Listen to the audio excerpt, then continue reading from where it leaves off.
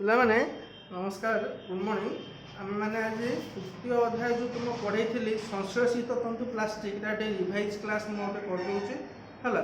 ଯେହେତୁ ଆମେ ବିଦ୍ୟାଳୟରେ ଅନଲାଇନ୍ରେ କ୍ଲାସ୍ କରୁଛୁ, ତୁମମାନଙ୍କୁ ତ ଆମେ ଡାଇରେକ୍ଟ କ୍ଲାସ୍ କରିପାରୁନୁ କୋଭିଡ଼ ଯୋଗୁଁ। ତ ମୁଁ ତୁମମାନଙ୍କୁ ଧୀରେ ଧୀରେ ଅଳ୍ପ ଅଳ୍ପ କରି ସବୁକିଛି ଜଣାଇଦେବି ହେଲା। ମାନେ ଯାହା ଡାଉଟ୍ ହେବ ମୋତେ ହ୍ୱାଟ୍ସଆପ୍ରେ ପଚାରିବ ହେଲା, କିଛି ଅସୁବିଧା ନାହିଁ।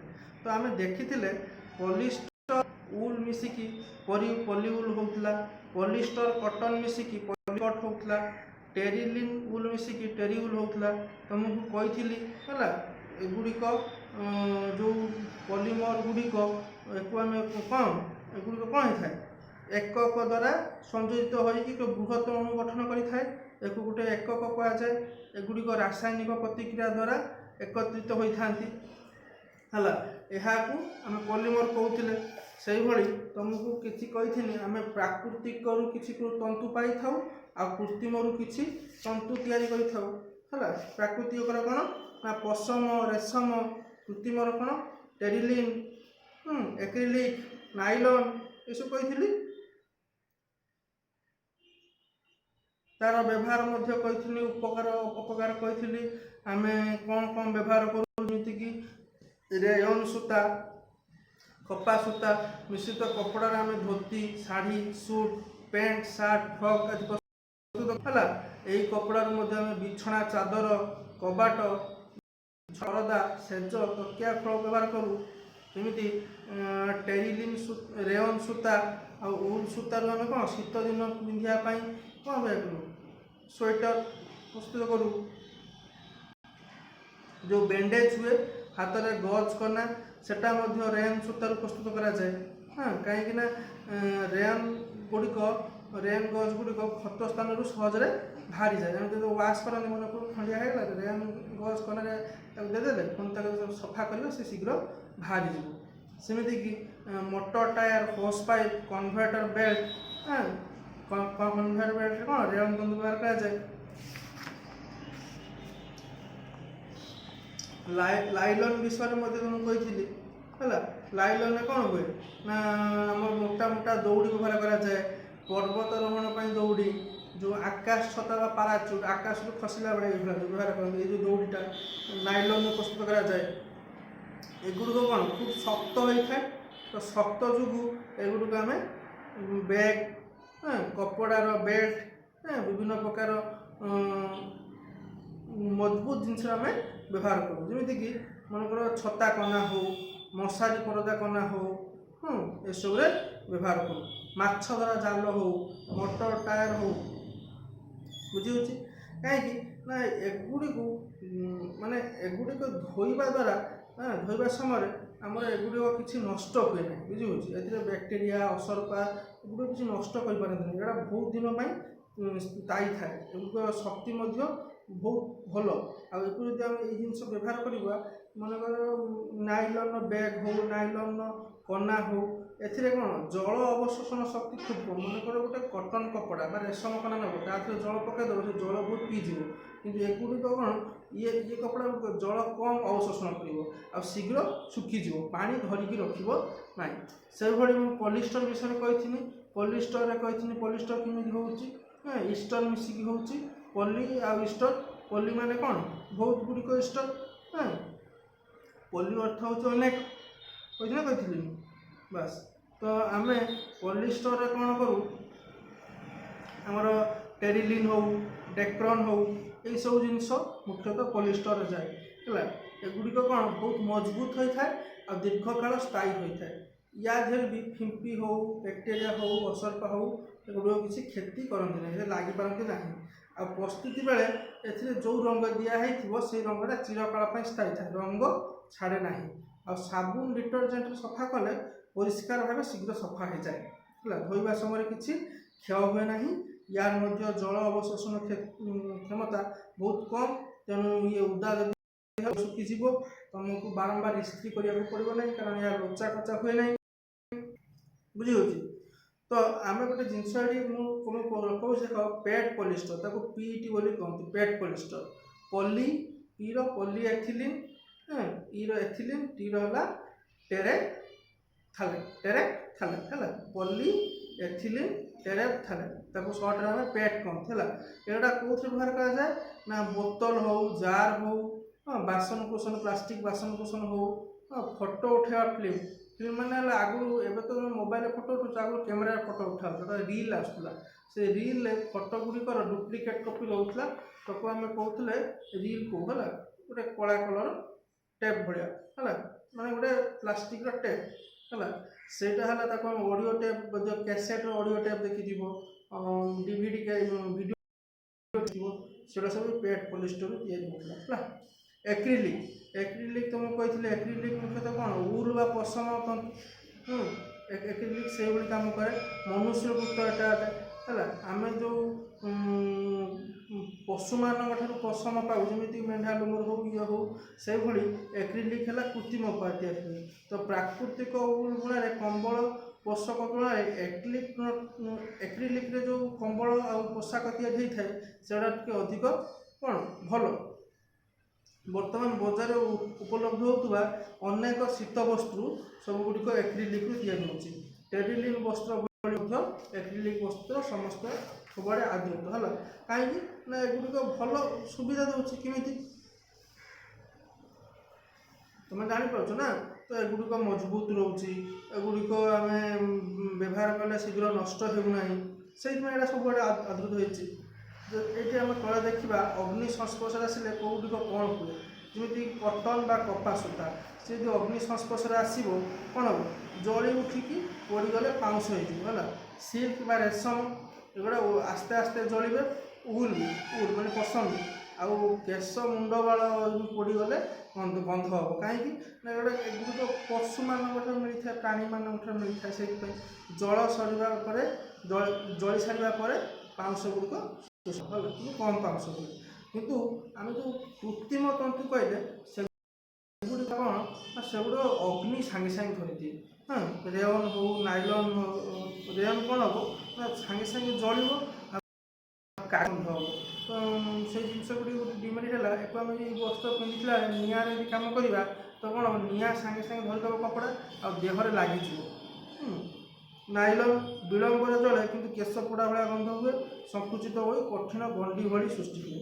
ପଲିଷ୍ଟର ବହୁତ ବିଳମ୍ବରେ ଜଳେ, କଳା ଧୂଆଁ ବାହାରେ ଆଉ କଠିନ କଣ୍ଠି ସୃଷ୍ଟି ହୁଏ। ଏକ୍ରିଲିକ୍ ସେଭଳି କଳା ଧୂଆଁ ସହ ଜଳେ, ସଂକୁଚିତ ହୋଇ କଳା ରଙ୍ଗର କଠିନ କଣ୍ଠି ସୃଷ୍ଟି ହୁଏ।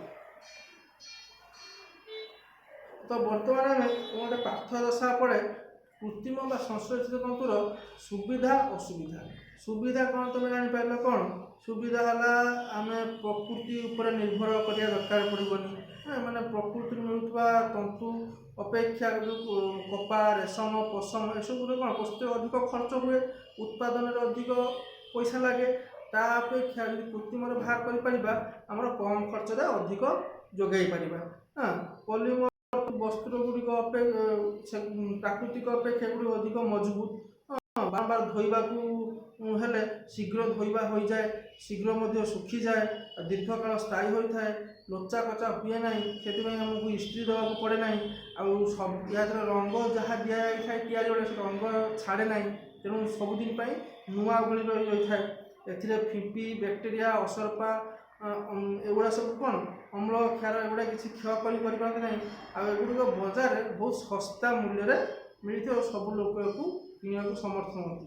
କିନ୍ତୁ ଏହାର ଅସୁବିଧା କ'ଣ ନା ଏଗୁଡ଼ିକ ଜିନିଷ ଆମେ ପିନ୍ଧିଲେ ଏହାର ଯେହେତୁ ଜଳ ଅବଶୋଷଣ କ୍ଷମତା ନାହିଁ, ଖରାଦିନେ ଯେତେବେଳେ ଝାଳ ଭୟ ବାହାରିବ ଆମକୁ ଅସ୍ୱସ୍ତିକର ଲାଗିବ ହେଲା, ମାନେ ଭଲ ଲାଗିବନି, ଅନକମ୍ଫର୍ଟେବଲ୍ ଫିଲ୍ ହେବ।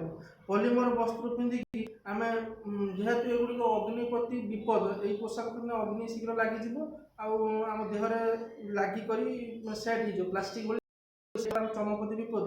ତେଣୁ ବିଜ୍ଞାନଗାରରେ ଏଗୁଡ଼ାକ ପିନ୍ଧିକି କାମ କରିବା ହେଲା। ଏଥିରେ ତତ୍କ୍ଷଣାତ୍ ନିଆଁ ଲାଗିଯିବ ହେଲା, ଚର୍ମ ସହିତ ମାଂସ ସହିତ ଲାଗିଯିବ, ପୋଷାକ ଲାଗିଯିବ, ବୁଝି ହେଉଛି। ତାପରେ ଦେଖିବା ପ୍ଲାଷ୍ଟିକ୍ସ ହେଲା। ପ୍ଲାଷ୍ଟିକ୍ସ ତ ତୁମେ ଦୈନନ୍ଦିନ ଜୀବନରେ ବ୍ୟବହାର କରୁଛ, ସବୁ ପଲିଥିନ୍ କତରୁ ଆରମ୍ଭ କରିକି ତାଟିଆ, ଥାଳି ସବୁଥିରେ ପ୍ଲାଷ୍ଟିକ ବ୍ୟବହାର କରାଯାଉଛି। ପ୍ଲାଷ୍ଟିକକୁ କ'ଣ କରାଯାଏ प्लास्टिक को प्रथम तले दि जाए है तले जो आकृतिर प्लास्टिक तैयारी करवा से आकृतिर गोटे छांच थाए से छांच व्यवहार करके आकृतिर प्लास्टिक जिनस आमको मिले किमिति ना गाड़ी हेडलाइट कवर हो साइकल सीट कवर हो चेयर हो बाल्टी हो विभिन्न प्रकार है तो उत्तप्त तरल प्लास्टिक को आम कौन करती ना गोटे सूक्ष्म रंध्र देकी विभिन्न जंत्र द्वारा ढालीदा जो मुटे आम पतला करवा कि मोटा करवा से अनुसार तादेह आम सूता भी तंतु बाहर कर प्लास्टिक विभिन्न प्रकार जिन प्लास्टिक बाहर हुए है तो प्लास्टिक व्यवहार बहुत है प्लास्टिक दी प्रकार अच्छी तार कौन थर्मोप्लास्टिक आउ थर्मोसेटिंग प्लास्टिक कहीं निजर भितर संरचना सजा देख ये गोटे रैखिक एकक सजा अच्छी सब गोटे सरल रेखा संयोजित होती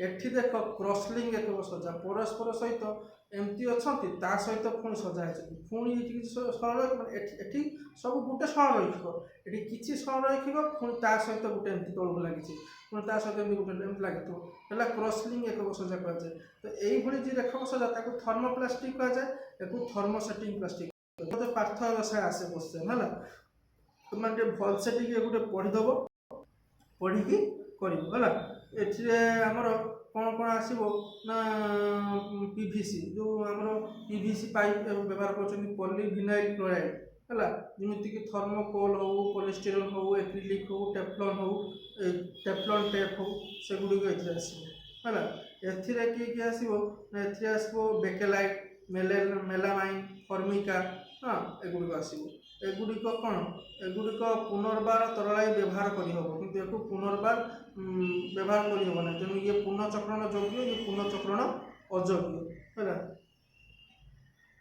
बुझे बुझे तो यही सब पार्थक्य दशा तुम लिख है प्लास्टिक प्रकृति उपयोगिता टी पढ़ पॉलिथीन को कौन व्यवहार कराए पीवीसी को कौन व्यवहार कराए है तुम देखीदव है मुझे तो रिवाइज क्लास से करुच्ची तो डिटेल कहूना तुम देखीदव है पॉलिथीन कौन मुणी बैग बोतल सरु ट्यूब हो बेसन बेसिन बासन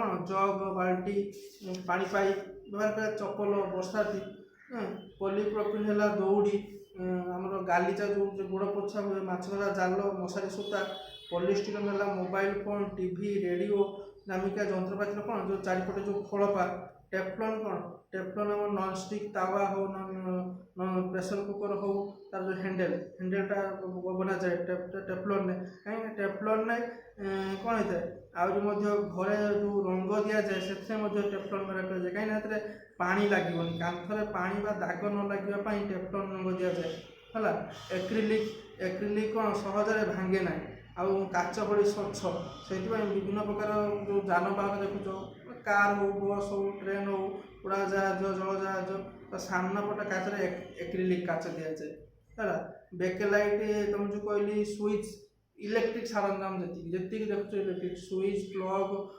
होल्डर लाइट होल्डर हो आमर जी टीवी रेडियो कैबिनेट हो हाँ से गुड़िक सबू है बेकेलाइट तैयारी फर्मिका है जो सनमाइका देखुच प्लाई उपर दिया सनमाइका टेबुल चौरी डेस्क या जो प्लाई देता गोटे आस्तरण भली दिखाई से फर्मिका तैयारी है मैंने आजिकल प्राय कबाट देखु तो आग पछक दिया मेलामाइन है अग्नि निरोधक जंत्र व्यवहार कराए माने कौन निआ लिभाड़ी मैंने पोशाक आवरण करते कहीं ना एटार निआ धरे ना बुझे बुझे बासन कुसन कप प्लेट हाँ बहुत गुड़िक टाइल व्यवहार कर मेलामाइन तो प्लास्टिक उपयोग परिवेश प्रति जी उपकार तार अधिक व्यवहार फल सेगुड़िक परिवेश मिसी पारना तो सेटा परिवेश प्रदूषित कर तो तुम से देख